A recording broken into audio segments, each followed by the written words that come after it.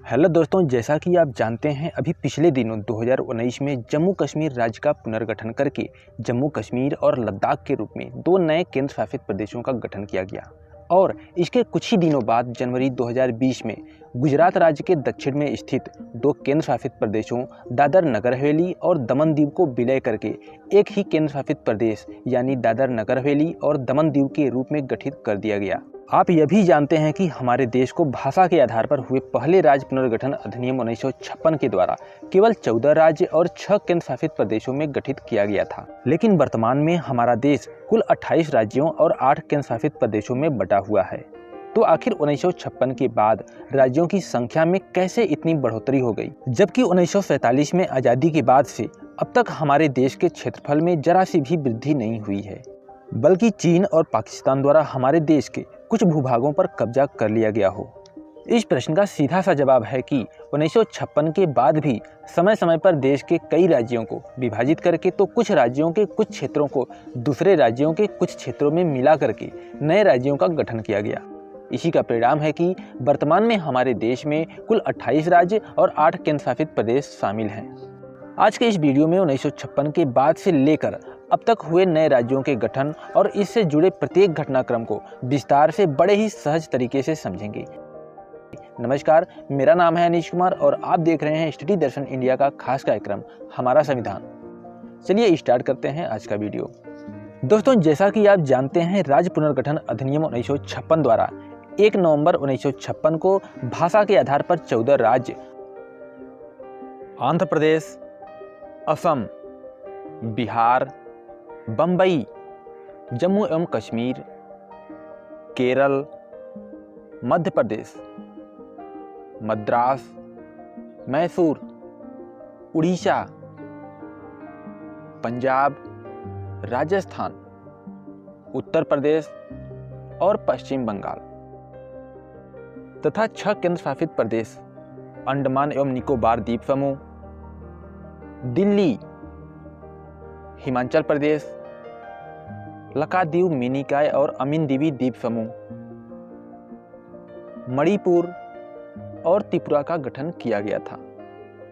लेकिन 1956 के भाषा के आधार पर हुए राज्यों के पुनर्गठन के बाद भी भाषा, सांस्कृतिक क्षेत्रीय पहचान एवं अन्य कारणों से भी कई राज्यों में अलग राज्य के निर्माण की मांग उठी थी।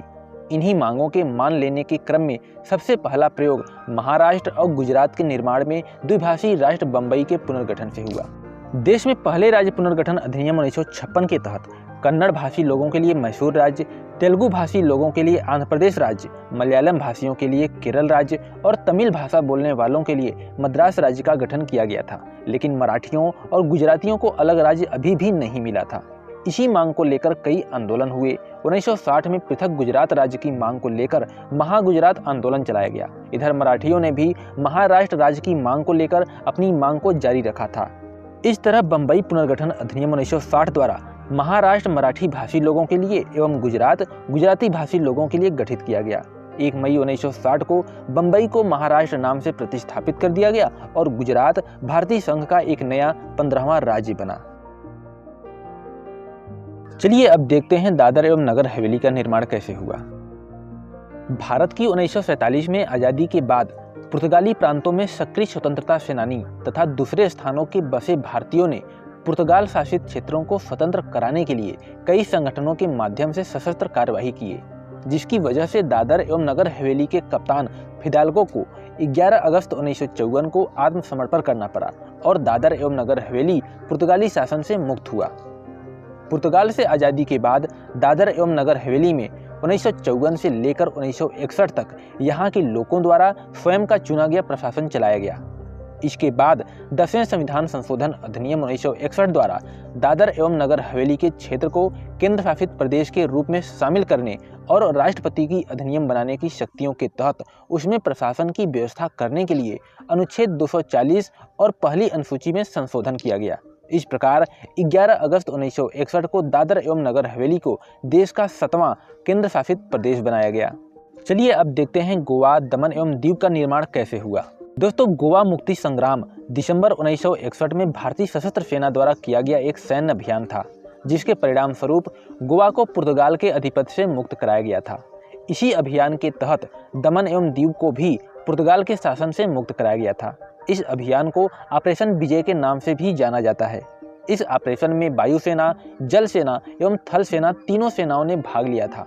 इसके बाद 12वें संविधान संशोधन अधिनियम 1962 द्वारा गोवा, दमन और दीव को केंद्र शासित प्रदेश के रूप में शामिल किया गया और इस प्रयोजन के लिए अनुच्छेद 240 का संशोधन किया गया। इस प्रकार 1962 में गोवा, दमन एवं दीव संयुक्त रूप से देश के 8वें केंद्र शासित राज्य बने।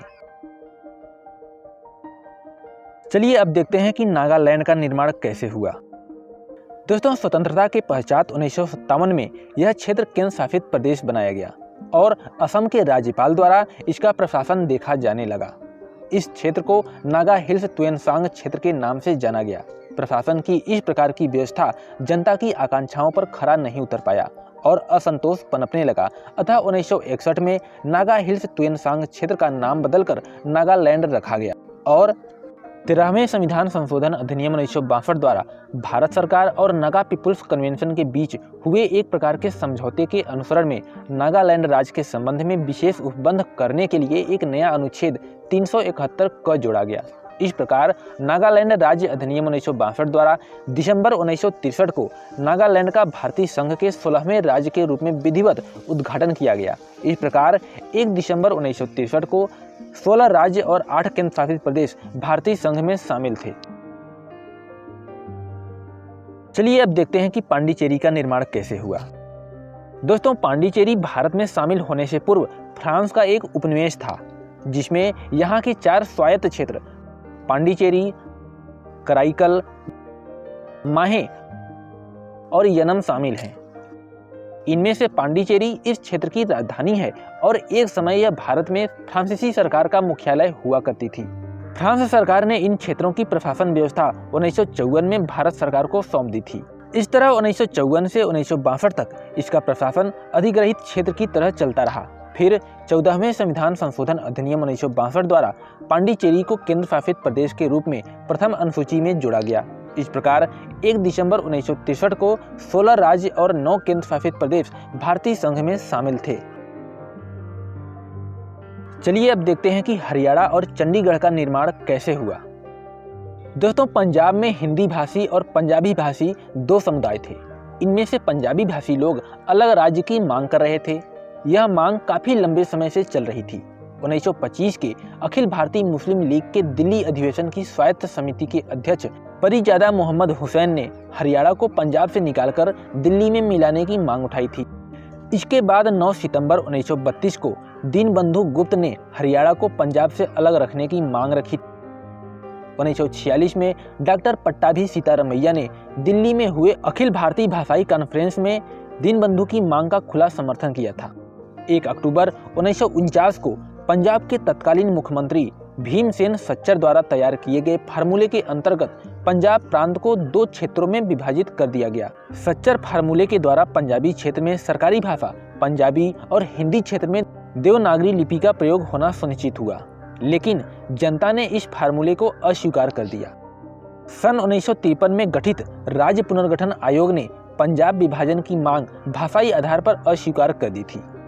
सन 1965 में भारत सरकार ने लोकसभा के तत्कालीन अध्यक्ष सरदार हुकुम सिंह की अध्यक्षता में पंजाब विभाजन पर विचार करने के लिए एक संसदीय समिति का गठन किया। इस समिति की सिफारिश के आधार पर भारत सरकार ने मार्च 1966 में सर्वोच्च न्यायालय के न्यायाधीश श्री शाह की अध्यक्षता में पंजाब सीमा आयोग का गठन किया था। शाह आयोग की सिफारिशों के बाद पंजाब पुनर्गठन अधिनियम 1966 द्वारा पंजाबी भाषी क्षेत्र को पंजाब राज्य एवं हिंदी भाषी क्षेत्र को हरियाणा राज्य के रूप में स्थापित किया गया। इस प्रकार हरियाणा देश का 17वां राज्य बना। इसके अलावा चंडीगढ़ और इसके आसपास के कुछ क्षेत्रों को मिलाकर 1 नवंबर 1966 को चंडीगढ़ के रूप में एक केंद्र शासित प्रदेश बनाया गया। यह हरियाणा और पंजाब दोनों की संयुक्त राजधानी भी है। इस प्रकार 1 नवंबर 1966 को 17 राज्य और 10 केंद्र शासित प्रदेश भारतीय संघ में शामिल थे। चलिए अब देखते हैं कि हिमाचल प्रदेश राज्य का निर्माण कैसे हुआ।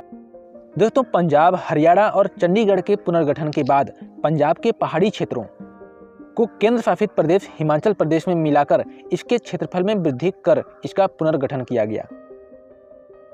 बाद में हिमाचल प्रदेश राज्य अधिनियम 1970 द्वारा 25 जनवरी 1971 से इस पुनर्गठन को लागू कर संघ शासित प्रदेश हिमाचल प्रदेश को पूर्ण राज्य का दर्जा दे दिया गया, जो भारतीय संघ का 18वां राज्य बना। इस प्रकार 25 जनवरी 1971 को 18 राज्य और 9 केंद्र शासित प्रदेश भारतीय संघ में शामिल थे। चलिए अब देखते हैं मणिपुर, त्रिपुरा और मेघालय का निर्माण कैसे हुआ। 22वें संविधान संशोधन अधिनियम 1969 द्वारा मेघालय को असम के अंतर्गत एक अलग स्वायत्त राज्य मेघालय के रूप में स्थापित किया गया था। यह असम में उपराज्य के रूप में जाना जाता था। यद्यपि यह मेघालय के लोगों की महत्वाकांक्षा की पूर्ति नहीं कर पाया। इसके बाद उत्तर पूर्वी क्षेत्र पुनर्गठन अधिनियम 1971 द्वारा 21 जनवरी 1972 को केंद्र शासित प्रदेश मणिपुर व त्रिपुरा एवं उपराज्य मेघालय को पूर्ण राज्य का दर्जा मिल गया। इसके साथ ही भारतीय संघ में राज्यों की संख्या 21 हो गई। मणिपुर 19वां, त्रिपुरा 20वां और मेघालय 21वां राज्य बना।